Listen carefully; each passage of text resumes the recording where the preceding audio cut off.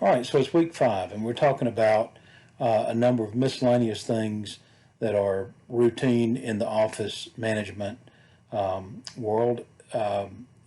Correspondence, calendar management, um, conflicts. When conflicts arise, you're supposed to be in two places at the same time. Uh, and then naming and keeping track of, organizing digital files, and then billing issues. Um, One thing I want to say that sort of overall would apply to this is be mindful that Clio has a number of resources for managing this sort of thing, um, for uh, storing and creating documents, um, for calendaring, certainly billing, and and correspondence and other client contact, emails, and so on. So let's start with maybe the most mundane thing, correspondence. Um, and of course, we're building up to what this lecture is supposed to be about, that is, court calendar conflicts. But let's start with correspondence. We're talking about letters, which would be the most formal kind of correspondence. More commonly now, we have email. Less commonly, we have text communication, my least favorite, but it's 2020. So the goal of correspondence is communication. If you're representing institutional clients, if you're representing a bank or a business or an insurance company, then letters and email will do it. But if you're representing a 20-year-old with a misdemeanor marijuana charge, you might find yourself not getting email answered because they don't check it.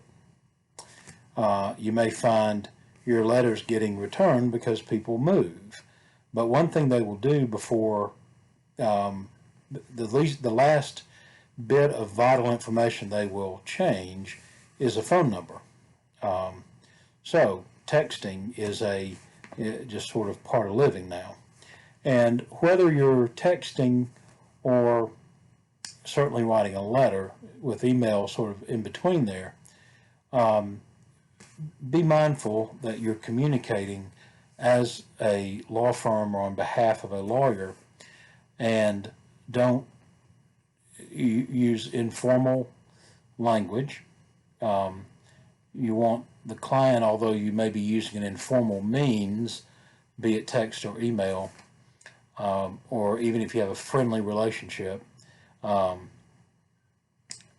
your communication should be professional, so that it would then cause the client to interact with you as a professional, so that there would be that attorney-client sense of respect between each other. The way you communicate engenders that sort of relationship. So I've attached something that talks about common grammar mistakes. Be aware of those. Those are common mistakes and misspellings. Certainly by the time we're out of high school, and certainly by the time we were in college, and certainly by the time a person is an attorney, which, the correspondence is ultimately coming from the attorney most of the time, we're supposed to know how to conjugate verbs. We're supposed to know correct verb tenses. We're supposed to know correct use of pronouns. So that is just important. And I know that so much of communication nowadays is informal. We live in a time that is sort of less, I don't know, formalized in terms of relationships, and we're in a dressed down world. But your speech, unfortunately, or whatever, it is an indicator of your level of education.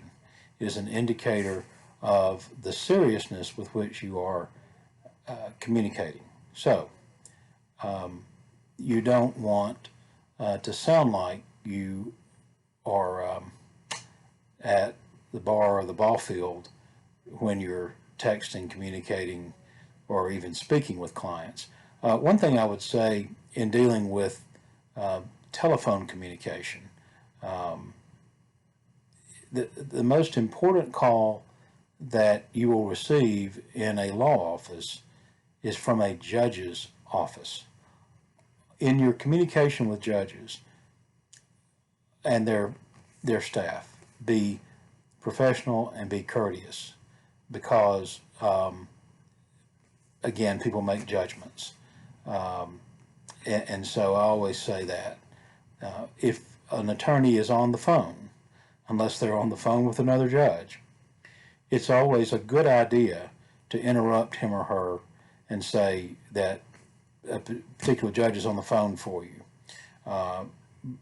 because when a judge calls you, when that judge's office calls you, it's generally not just to say hello. It generally has an important purpose.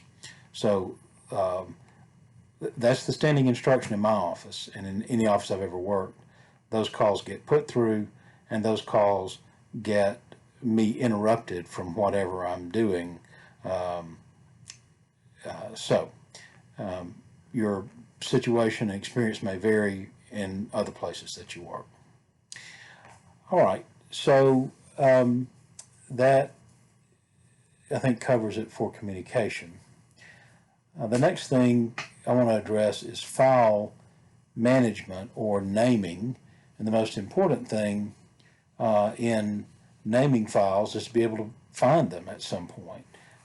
Correspondence generally is named, the letters you send or the scan of the letters that you receive should be named in such a way that they are sequential.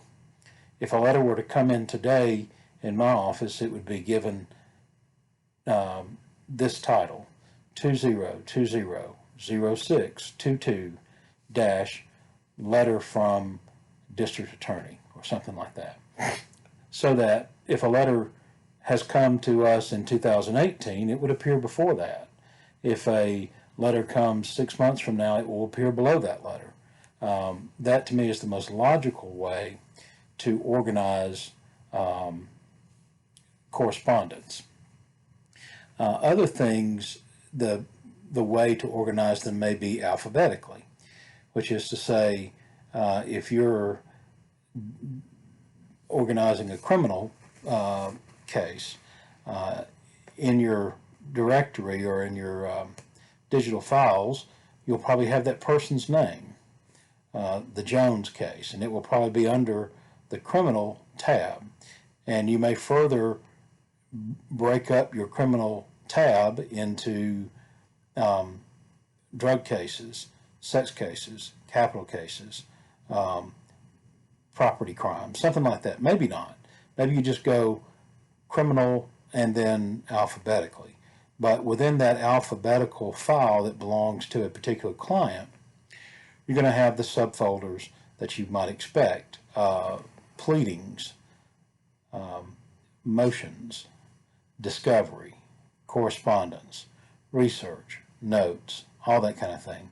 And within those, depending on what you're doing, you may want to organize, for instance, in discovery. Let's say you're dealing with a subfolder or a sub-subfolder in a directory involving discovery, and this happens to be witness statements. Well, you might want to alphabetize those by